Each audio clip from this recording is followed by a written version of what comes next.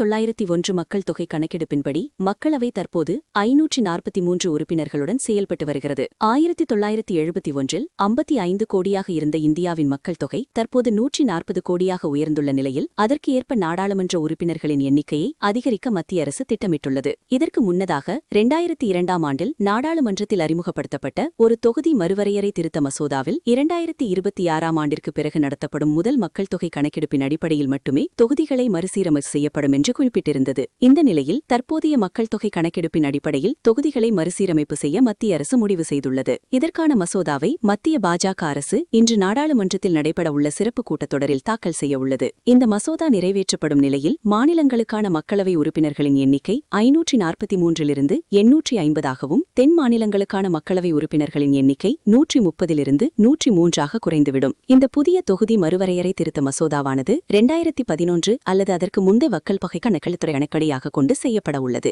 இவ்வாறு செய்தால் உத்தரப்பிரதேசம் போன்ற வடமாநிலங்களின் நாடாளுமன்ற பலம் தமிழ்நாடு, கேரளா, ஆந்திர பிரதேசம் மற்றும் கர்நாடகா உள்ளிட்ட தென் மாநிலங்களின் பலத்துடன் ஒப்பிடும்போது கணிசமாக அதிகரிக்கும். தற்போது தமிழகத்தில் 39 மக்களவை உறுப்பினர்கள் உள்ள நிலையில் புதிய தொகுதி மறுவரையறை மசோதாவின் கீழ் இந்த எண்ணிக்கை 31ஆக குறையலாம். அதே சமயம் இந்தி பேசுகிற மாநிலங்களில் உள்ள மக்களவை உறுப்பினர்களின் எண்ணிக்கை மேலும் அதிகரிக்க வாய்ப்புள்ளது. இதன் விளைவாக தனிப்பெரும்பான்மையோடு ஆட்சியமைக்கக்கூடிய நிலை ஏற்படும் என்பதை கருத்தில் கொண்டு திமுக உள்ளிட்ட தென் மாநிலங்கள் இதனை கடுமையாக எதிர்த்து வருகின்றன. இந்நிலையில் மத்திய பாஜக அரசு இன்று நாடாளுமன்றத்தில் தாக்கல் செய்யப்பட உள்ள தொகுதி மறுசீரமைப்பு மசோதாவை கண்டித்து தமிழ்நாடு முழுவதும் உள்ள அனைத்து வீடுகளிலும் பொது இடங்களிலும் கருப்பு கொடி ஏற்றும் போராட்டம் நடைபெறும் தமிழக முதலமைச்சரும் திமுக தலைவருமான மு.க. ஸ்டாலின் தெரிவித்திருந்தார். இந்நிலையில் விழுப்புரத்தில் திமுக சட்டமன்ற உறுப்பினர் லட்சுமணன் பானம்பட்டில் அமைந்துள்ள அவரது வீட்டில் கருப்பு கொடியினை ஏற்றி வைத்து மத்திய அரசுக்கு எதிராக கண்டன காலங்களை எழுப்பினார். மேலும் அப்பகுதியில் உள்ள கடைகள் மற்றும் வீடுகளில் கருப்பு கொடியினை வழங்கி ஏற்ற வலியுறுத்தினார்.